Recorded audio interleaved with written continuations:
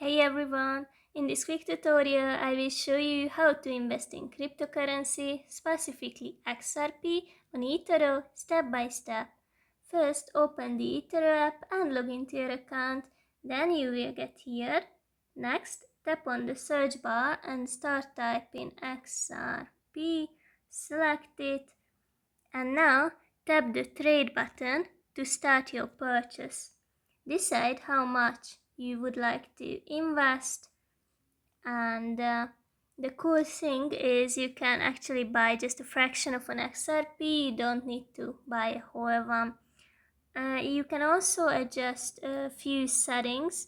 For example, you can set stop loss price, which tells eToro to automatically sell your position if its value drops to a certain level, but it's possible to set it after the purchase as well.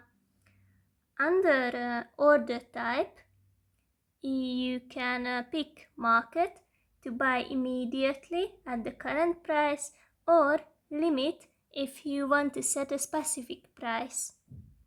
Finally, click on buy, and that's basically it.